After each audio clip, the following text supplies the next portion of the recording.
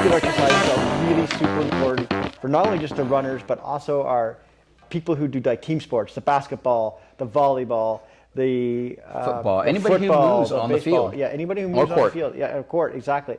So these ones are super critical for that. And yeah, I'm going to let Carlos take it away. I'm going to get out of the way. Movement in all planes, right? Just to reinforce, this is sagittal plane, right? This is frontal plane, moving sideways.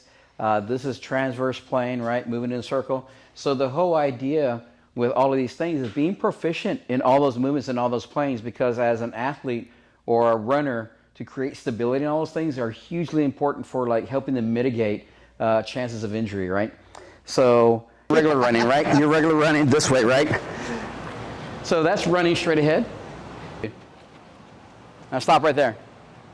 Now face the wall. Now show me that same running mechanics. Face the glass the whole time and run that way. I'm gonna drive this leg over, boom, boom. The top leg is the one that drives everything. I wanna keep all of my belly button stuff facing forward. If I'm turning and all of a sudden now it starts to look like I'm trying to run this way and everything else is turning that way, that's not the idea with the run. It's keeping hips facing you, the camera. That's in slow motion. Going the other way, I keep that leg in front. So it's not a karaoke, right? Karaoke is this, keeping the feet down, right? It's not this. It's driving that leg up into the ground, drive. And it's that's not your frontal quiet, plane right? run. It's definitely not quiet. Yes, and I want to drive all that force into the ground like I'm pushing the earth away that way. Run that way. Yeah. Well, that's scooting, right? So it's almost like that skip you did. I tell my guys, like, you should always see your junk. If I don't see your junk and you start turning this way, it becomes a problem, right? So keep your junk facing this way. If this is my run this way, then I want to turn my run into arms moving. See how she doesn't like it?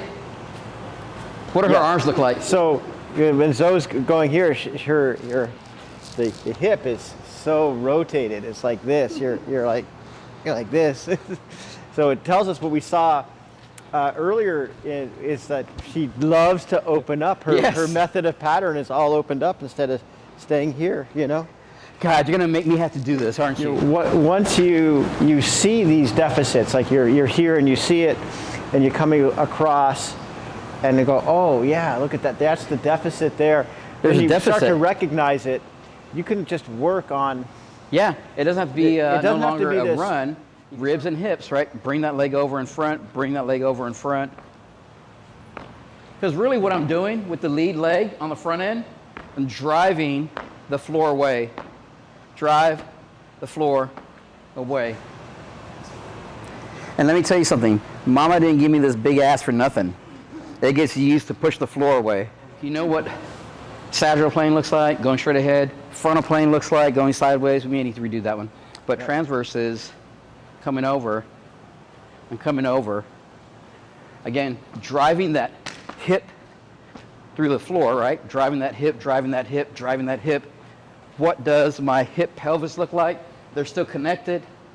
I'm not turning my upper body to go with it. Everything is together, right? So I'm slowing it down for you.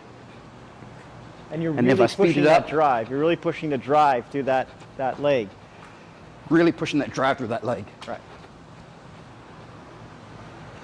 That's what makes the difference. And now you're really working that multi-angle, that foot. Yeah. I feel my foot, I feel my ass, and I feel tired because I'm old.